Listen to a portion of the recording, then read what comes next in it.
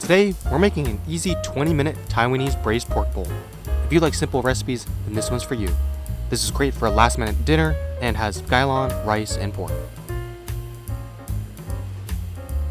This is packed with flavor and requires very little prep work, so let's get cooking.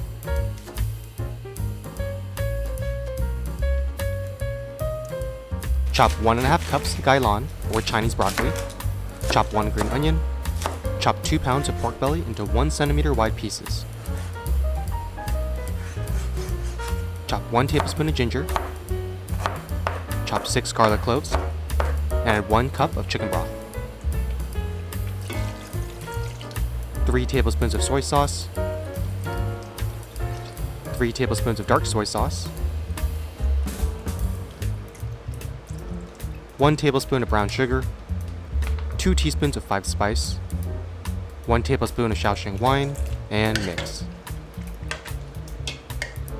We'll let this cook on high for about 20 to 30 minutes on the Instant Pot. Add 1 tablespoon of cornstarch to 1/4 cup of water and mix to thicken the sauce. And boom, we have a quick and easy Taiwanese braised pork bowl. These are great for last minute dinners and have a buzz of flavor.